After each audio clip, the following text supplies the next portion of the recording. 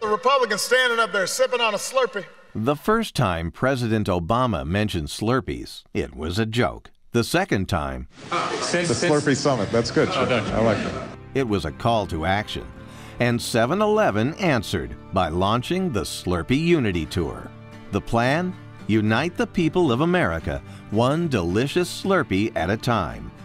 Armed with free samples of the exclusive flavor Purple for the People and plenty of free swag, the tour traveled over 3,000 miles through 14 cities en route to Washington, D.C. The goal?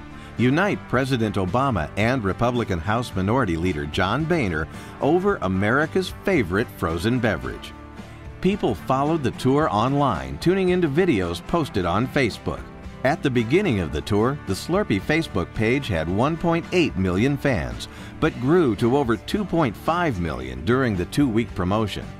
In the days leading up to the official Slurpee Summit between the President and Republican leaders, 7-Eleven ran ads in the Washington Post and organized an unofficial Slurpee Summit in Washington featuring product sampling, merchandise giveaways, and a free concert by Grammy Award-winning artist Blues Traveler.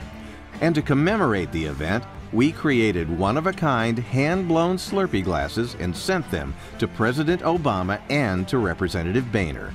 Media coverage ranged from CNN and Fox News to the Huffington Post and USA Today, garnering a staggering 1.7 billion media impressions. And yes, that's with a B. You know, perhaps I've sold this beverage short.